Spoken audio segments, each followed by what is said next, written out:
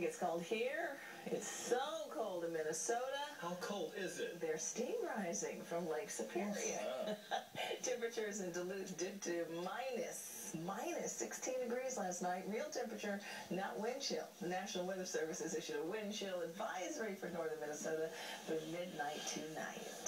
Makes you feel pretty good about living in the South, even with the potential for some freezing rain. Steam rising from a cold lake or a frozen over lake.